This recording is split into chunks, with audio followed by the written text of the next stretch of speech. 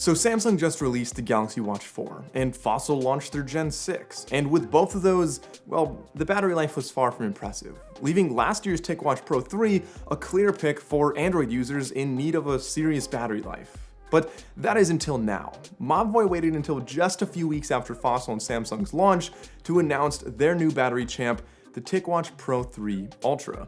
With improved health tracking, an even longer battery life, backlit secondary display, and a custom Snapdragon 4100 chip, this smartwatch is not to be taken lightly. So let's take a closer look at the newest contender on Android's honestly very short list of smartwatches in line for the new WearOS 3 upgrade.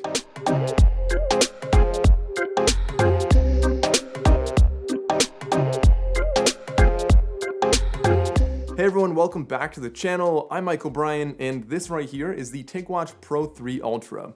I know, the Pro 3 Ultra. The name, I thought I was getting pranked. I really had to double check this one. The names are just getting really long, and we'll talk more about the name of this later on in the video and why I think, well, many reasons I think it's an interesting name, but let's start off with what is new about this watch, because at first glance, it looks a lot like the TicWatch Pro 3, which we already really liked. It had a great processor on there with the Snapdragon 4100, meaning it's going to get WearOS 3. It had a secondary display, it had good battery life, and a lot of things like that. But looking at what's new on this one, well, the first one is related to the processor. We talked about how the TicWatch Pro 3 had a 4100, which meant it was getting an upgrade. This one has an even better custom Snapdragon 4100. Which in summary means you're getting a slightly faster experience and a better battery life. It's essentially like the Snapdragon 4100 Plus, but it has a secondary coprocessor to manage the secondary display, which is another big improvement this year, the secondary display on the front, the little LCD screen, and we'll talk more about this in a physical tour, but this is now improved by having a backlight. In the past, it was a great way to save the battery, but at night you had to turn on your screen, which meant there's really no point in having that. And now with the subtle backlight here, which can actually change colors, you're able to extend the battery and see this at all times of the day. Additionally, they finally brought back the compass sensor, which is great for tracking outdoor activities, and they now have a 3-day battery life in smart mode and up to 45 days in essential mode. And I'll talk more about my experience with the battery life later on in the video, but on top of that, a couple other subtle things: improved durability with IP68 water resistance, and some really big things like long-term health trends, including fatigue monitoring, mental health, and tracking of irregular heartbeat or detection of possible AFib. So we'll talk about all of that later on in this video, but I first want to mention that I keep talking about how this is similar to really a short list of Android watches. The other two being the Galaxy Watch 4 and Galaxy Watch 4 Classic and the Fossil Gen 6. If you're an Android user, you're really going to be getting one of these three watches, which might make you wonder which of these three is best. And while I'll talk about some of the differences in this video, I'm actually going to make a full dedicated comparison. So if you want to see that video, definitely go on down and click that subscribe button and the bell icon so you don't miss that full comparison. Alright, now those are the main differences with this watch, but that is by no means the limit of what you need to know when you're considering buying the TicWatch Pro 3 Ultra. So let's start off right now with just a physical design tour to see what this is actually all about. Starting off in the front, you can see that we have a beautiful 1.4-inch display with full color. It's a touchscreen, it's very responsive, and that's hidden behind the secondary display, the LCD display. And the LCD is going to show you like the time, your step count, the date, and some basic stuff like that. If you're on a workout, it can also show you workout information, and it's really going to act to extend the battery life, as I mentioned before. The backlight on here can change colors, you choose whatever color you want, and looking at the outside, I think the black ring, the little bezel around there, they did a good job of kind of minimizing that as much as possible, and around that, even hiding it with some tick marks. That was a really bad pun. Let's continue on with the right side here. We have two buttons. They look like they would rotate, and they do rotate, but the rotation doesn't actually do anything. These are just regular buttons. They're not rotating crowns or anything. And so the buttons, you can press them once or press and hold and do different things within the interface. On the right side, we also have a microphone, and on the left side, we have a speaker, which I'll test out in just a second. If we flip it over the back, you see our array of health sensors, as well as our charging node, and the good thing, a really nice quick release for the straps, a very common strap size.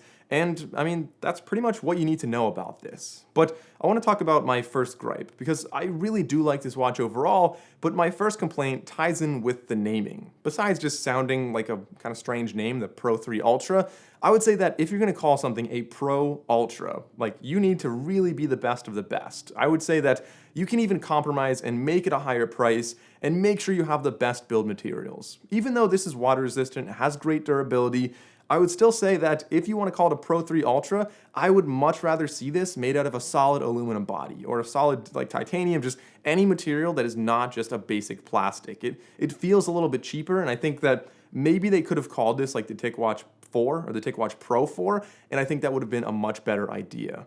Now, with that being said, let's actually get into that speaker and microphone test now to see how well they actually perform. Tell me a story.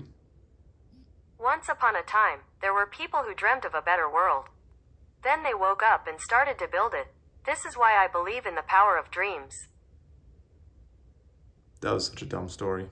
So this is a sample recording with the onboard microphone of the TicWatch Pro 3 Ultra. Leave a comment and let me know how this sounds to you. And I guess while I'm here, I might as well mention my experience with the battery on this device. So I knew that last weekend I was traveling up to New York, so I charged the watch up until Thursday at about noon, and I put it on. And then Sunday around noon, so almost exactly 72 hours later, the watch was at 15%.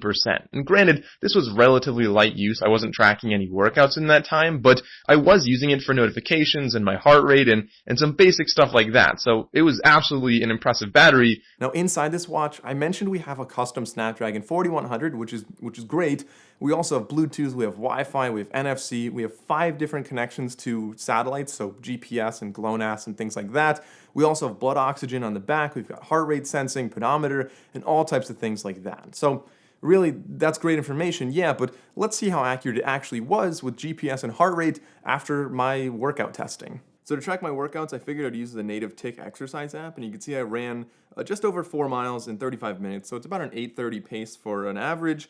The heart rate, weirdly enough, was accurate while I was doing it, or it seemed accurate-ish, but it's not showing much of a graph right there, which I think is interesting. Then when you go down here, the pace is all screwed up, so I think this is really just the way it's reading it, because it did track correctly, I believe. Like, it had the right distance, it had the right time, just the math here was just completely wrong, and you could see like step frequency, step length was all over the place. But when you go down to my lap records, those are actually relatively accurate. It's about, those average out to about an 8:30 pace, and then looking at the graph right here, the GPS, again, seemed reasonably accurate. The overall distance was right. I can't actually zoom in and see how far off the true mean it actually was. So while it seems to me that this device is capable of being accurate with heart rate and with GPS, the software is without a doubt what's holding it back and making it far less usable than I would like. And there are some pretty notable features with this watch as well. The first one being the long-term health tracking, which, full disclosure, I'll show you what it looks like, but I've only been wearing this watch for about 7 days, and in those 7 days,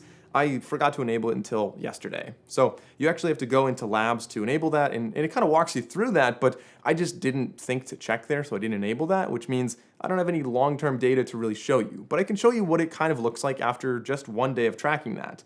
If you go over to the Tic Health app, and you just check it out, you open the app up, you can see that it gives you a lot of pretty useful information. It'll give you like a mental fatigue rating, which does kind of update day by day or really continuous throughout the day.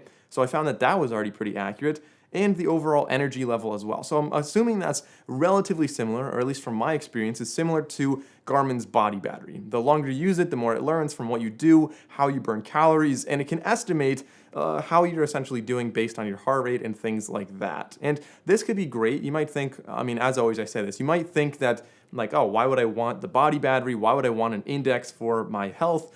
Well, it makes it very easy to identify when you might be coming down with a cold, when you're overstressed, when you're not sleeping enough, when you need to adjust your diet, like all types of subtle things. You might notice that if the number is lower than it should be, you might want to start looking around and seeing like maybe something was slipping through the cracks and your health was not where you thought it was. And so that's at least where I found it to be helpful. Other than that, there are some longer term things that I assume will show up, and I will share this on Twitter if you guys want to see my update with the long-term health tracking. Depending on when you're watching this video, you can head on over to my Twitter. I'll put a link to it like right there, and I'll share any updates I have as I continue to use this. Some other notable features that I think are really interesting. Right now, this definitely works with an iPhone. I'm not sure exactly how that's going to work when WearOS 3 comes out, because this is slated to get WearOS 3 whenever it comes out, maybe March, April, May, sometime in early 2022. It should get that. So at least for now, it does work with iPhones. You also, of course, have offline Spotify, which means if you want to go for a run, you can connect your Bluetooth earbuds to the watch and play music from Spotify while your phone is in your car or at home. This does have lift to wake, and it works with the LCD, meaning when you lift it, the backlight comes on, even if it's light out. And I think that is pretty useful, so you can always see what time it is. And the other thing I want to mention is that this is running WearOS 2, and I know some people view that as a drawback. Personally, I think WearOS 2 is still a pretty solid operating system. It's still running very smoothly, especially with this chip, and I'm excited to see what it looks like when it finally gets WearOS 3. So, am I going to call that a drawback? Not necessarily, because WearOS 2, like I said, is still solid, and it's coming to WearOS 3 soon. But if you're looking at this compared to the Galaxy Watch 3, which already has WearOS 3, that could be a little bit of a drawback there. Much like the TicWatch Pro 3, when you open up the app drawer, you'll see not only does it look a little bit different, but it also has a lot of apps from Tic, which is the obviously brand that made this watch. And so you've got things like Tic Health, which is where you see those long-term trends. You've got Tic Exercise, Tic Pulse, which is obviously your heart rate. You've got one for sleep, for blood oxygen, for meditation and breathing. You've got one for hearing, which is going to let you know if you're in an environment that might be damaging to your ears. You also have Tic Care and things among like many others throughout this watch. A compass, like I said, is a new one on here. And of course, you can switch into essential mode. So there's definitely no shortage of apps coming with this device. I think a lot of them are very functional. If you don't like them, of course, you can go into the Google Play Store and find Strava or really whatever else you want. Now, as far as price goes, that's a huge positive with this one. It's selling for just $299, and you're getting all these features on here. Admittedly, like I said, I wish they had a higher price and more premium materials. I mean, not that I want to pay more for a watch, but if it costs more money to make a more premium watch, then I'm all for it. If you're going to call it the Pro Ultra, I think that would be the move to do.